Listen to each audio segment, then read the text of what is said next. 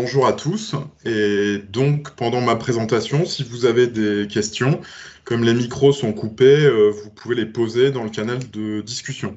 En particulier, il y aura une partie un peu interactive, donc si vous avez la moindre difficulté, utilisez ce canal pour poser les questions. Alors, en préambule de ma démonstration, je voulais tout d'abord vous dire que je suis vraiment très fier aujourd'hui de présenter la dernière version de la Shuttle, la version 5. Très fier parce que, comme l'a dit Mena tout à l'heure, c'est vraiment la seule plateforme EPM qui vous permet d'intégrer l'ensemble de vos processus métiers, y compris les processus opérationnels. Et comme l'a également très bien décrit Arnaud à travers sa présentation. Alors vous me demanderez, mais qu'est-ce qu'elle a de mieux que les solutions EPM que vous connaissez déjà? Aujourd'hui, c'est la plateforme la plus complète qui existe. Et Cocorico, nous sommes français. Pourquoi la plus complète? Parce qu'elle intègre 100% des fonctionnalités dont vous avez besoin pour piloter vos activités. On va trouver par exemple des formulaires de saisie, des restitutions de type BI, de la gestion référentielle. On a un ETL intégré qui vous permet d'importer ou d'exporter tous les types de données. Vous pourrez publier des documents au format PDF, utiliser des workflows de validation, gérer le qualitatif, envoyer des mails, etc. etc. Donc, il y a vraiment beaucoup de fonctionnalités. Ce matin, je ne vais pas avoir le temps, bien sûr, de tout vous montrer en quelques minutes, mais j'ai choisi quelques exemples que vous voyez ici pour vous montrer la puissance de la plateforme. Et je vais en particulier vous montrer, comme on parle de la version 5 de la Shuttle, les deux grandes nouveautés apportées par cette version 5, qui sont des fonctionnalités BI vraiment à la pointe de ce qui se fait aujourd'hui, et un client full web. Alors pour le client full web, vous voyez ici que je suis dans mon navigateur Internet pour la démo. Je vais repasser en plein écran. Pour la partie BI, je vous montrerai tout à l'heure quelques exemples de dashboard dans le domaine de la finance, de la RSE et des ressources humaines.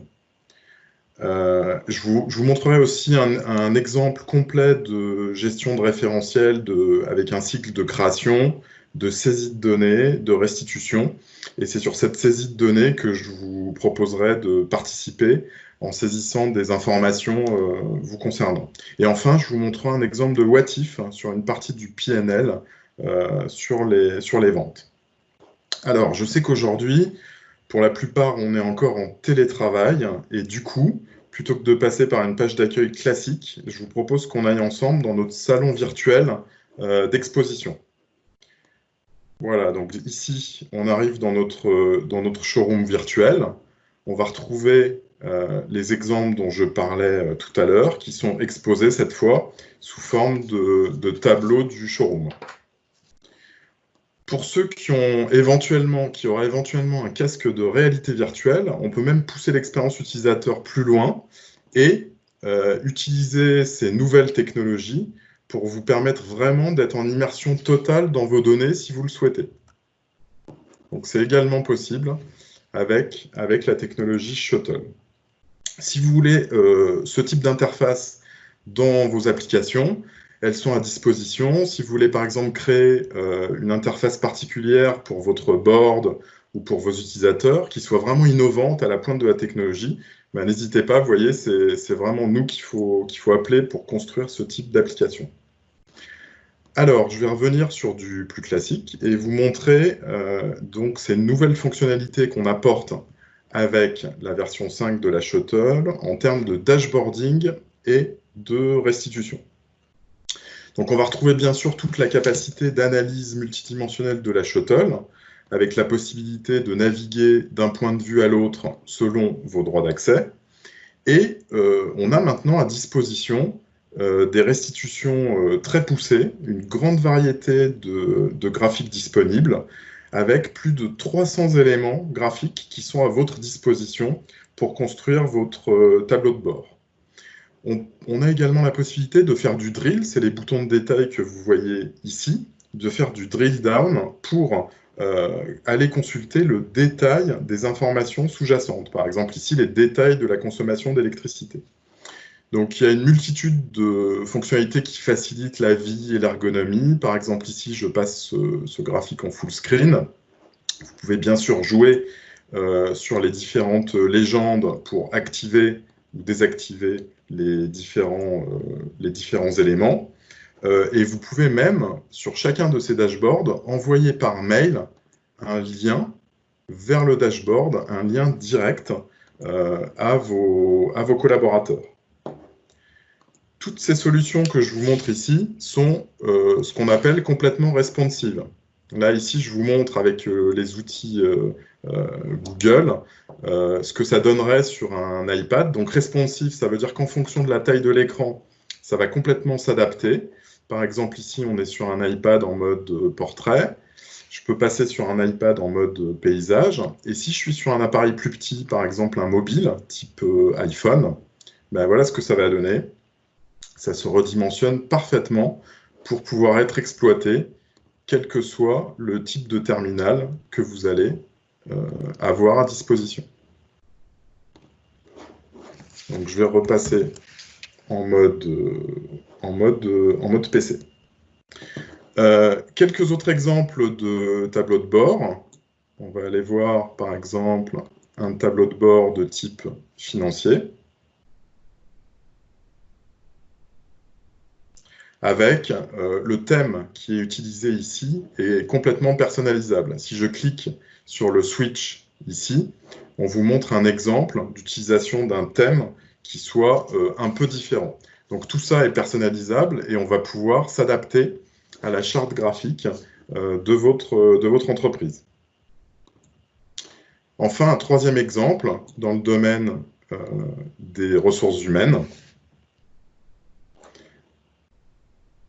Voilà, quelques restitutions un peu différentes, avec vraiment un grand type de graphiques et de restitutions qui sont à votre disposition, et toujours cette capacité d'accéder directement aux détails des données sous-jacentes. Donc je vous montrerai tout à l'heure comment vous pourrez vous-même créer ce genre de tableau de bord avec notre fonctionnalité de Self-BI.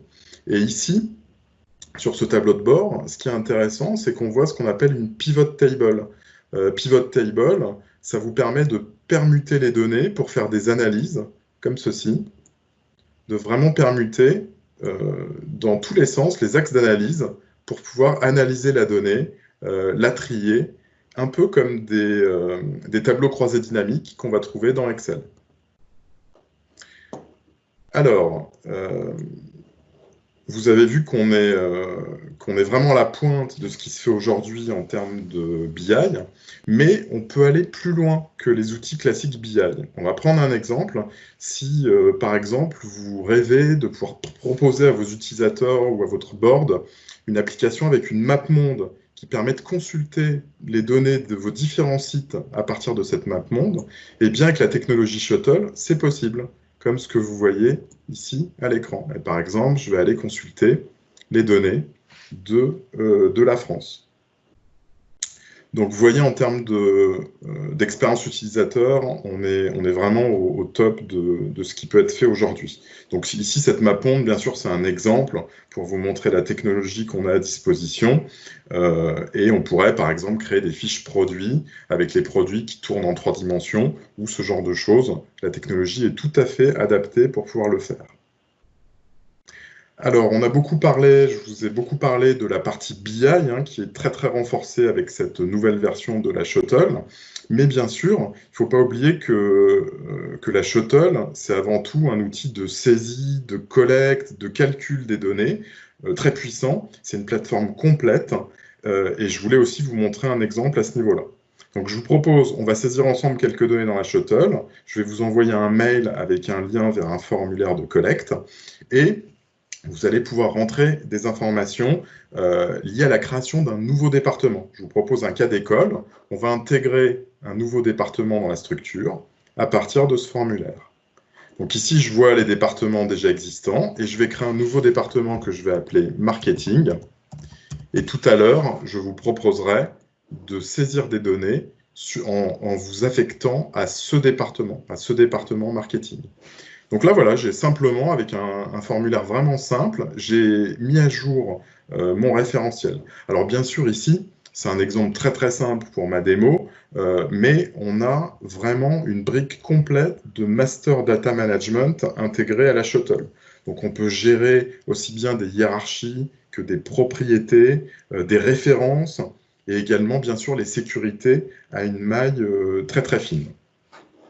Alors, j'ai ajouté ce nouveau département marketing, et je vous propose maintenant de vous envoyer un mail avec le lien vers le formulaire. Donc ici, je vais utiliser les fonctionnalités de BPM intégrées de la Shuttle, qui permet d'envoyer un mail depuis un simple formulaire. Alors bien sûr, là aussi, c'est un exemple très simple. On va bien au-delà du simple envoi de mail.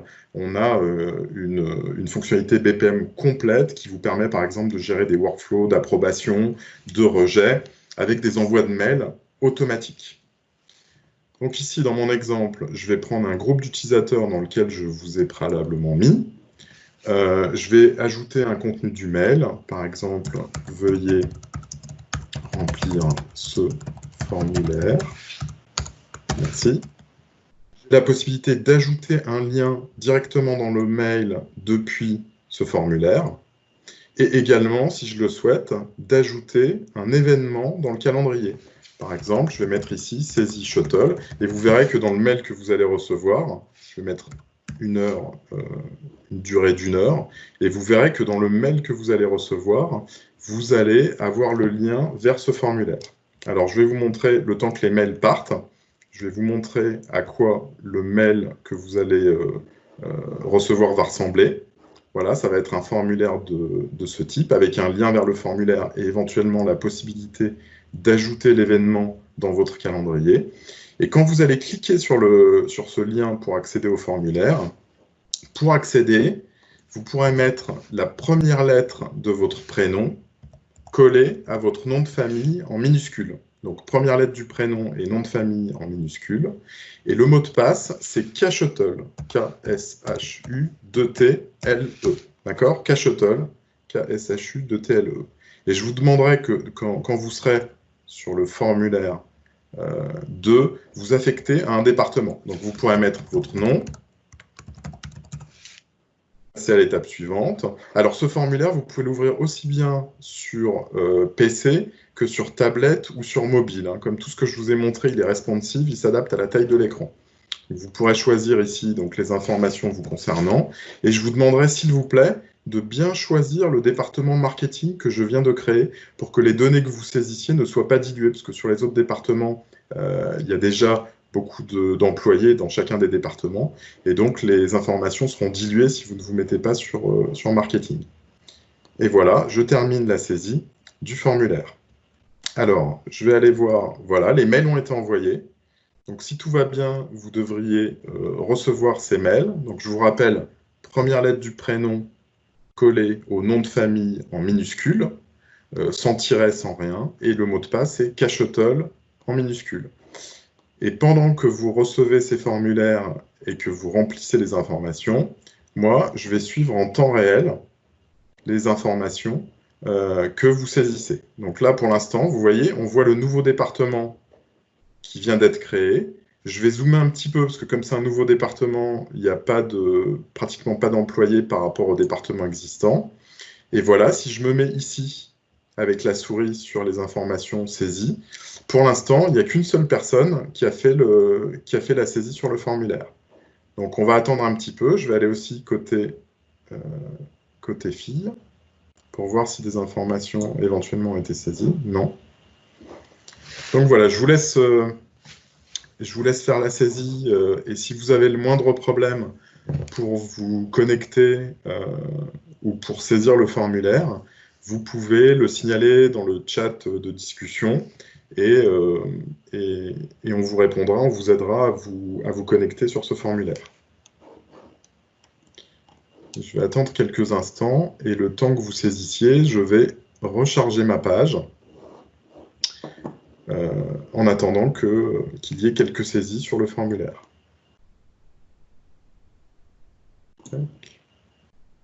Ah, alors voilà, vous voyez ici, donc on a une personne, on a un employé dans la tranche 20-30 ans, un dans la tranche 30-40, un dans la tranche 40-50 et un plus de 50. Donc il y a déjà 4 personnes qui ont fait la saisie sur le formulaire, côté homme. Côté femme, tout à l'heure il n'y avait rien, Et là, vous voyez 2 saisies qui ont été faites. Une personne dans la tranche 20-30 ans et une personne plus de 50 ans. Voilà, je vous laisse encore 1 ou 2 minutes pour faire cette saisie. Alors, je m'excuse par avance si certaines personnes n'ont pas accès. C'est possible que dans la création de tous les logins, il y avait plus de 40 inscrits au webinar. Donc, c'est possible qu'il y ait eu quelques erreurs dans l'orthographe qui empêcheraient la connexion. Donc, je m'excuse par avance pour ceux qui n'arriveraient pas à utiliser ce formulaire. On pourra tout à fait refaire une démonstration personnalisée si vous souhaitez le revoir par la suite. Voilà, je vais rafraîchir une dernière fois pour voir s'il y a eu d'autres saisies entre-temps. Sur la partie homme, non. Donc voilà, pour le moment, c'est toujours les saisies de tout à l'heure. Bon, je vais quitter l'exemple.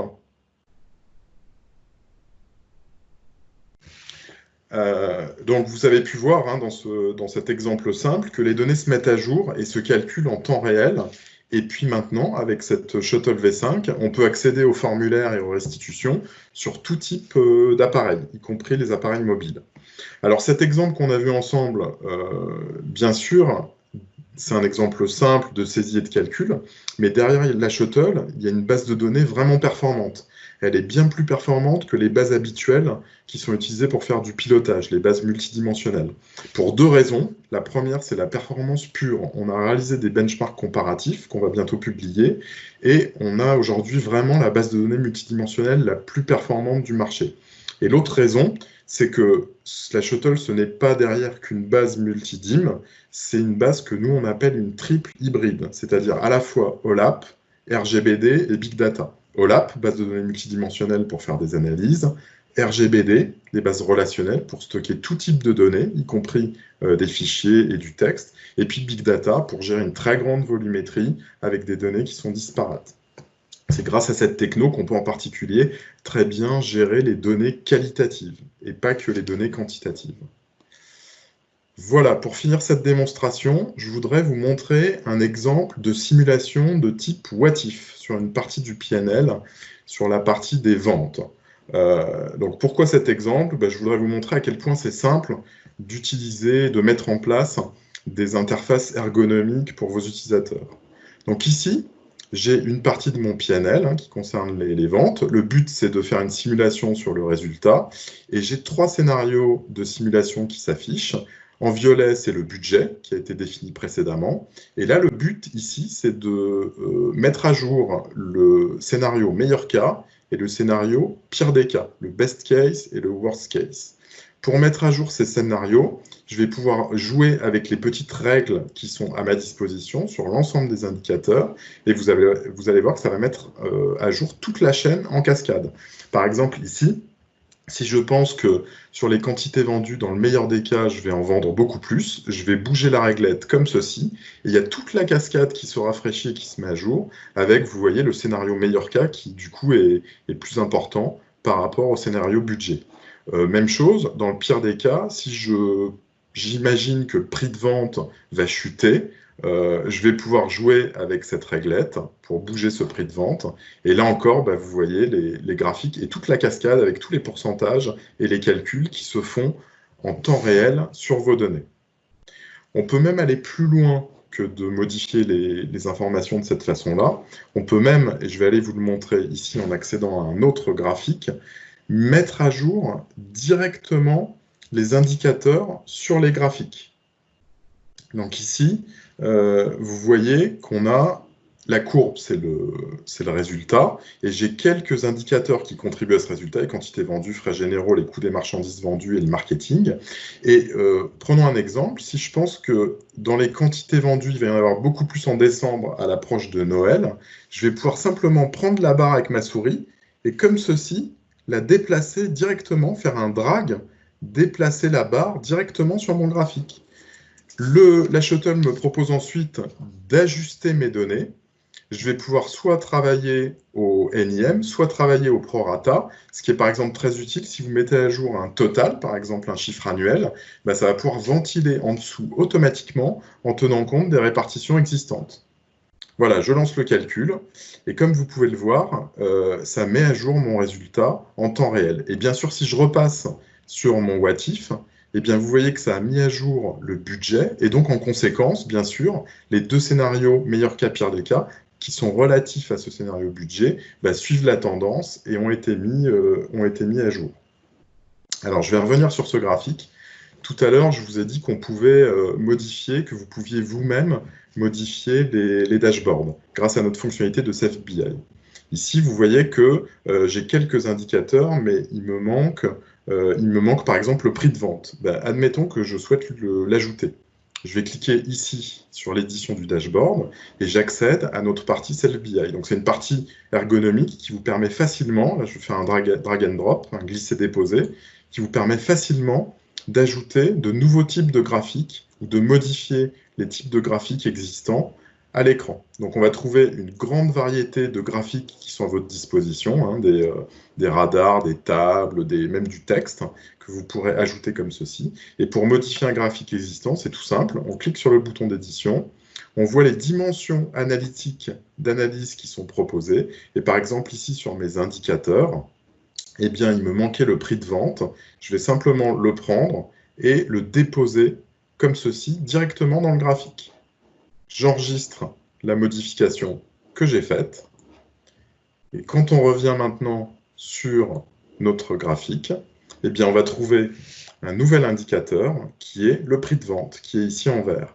Et là encore, eh bien, le prix de vente, si je le prends et que je déplace la barre, je peux d'ores et déjà commencer à faire des analyses sur cet indicateur, vous voyez, avec la mise à jour qui se fait en temps réel sur mon what if. Voilà, j'ai terminé pour cette présentation, donc j'espère que ça vous a plu, que vous avez bien vu l'étendue des fonctionnalités qu'on propose maintenant grâce à cette V5, toujours vraiment dans un esprit d'ergonomie et de simplicité d'utilisation. N'hésitez pas à revenir vers nous si vous souhaitez d'autres informations ou avoir une démonstration individuelle.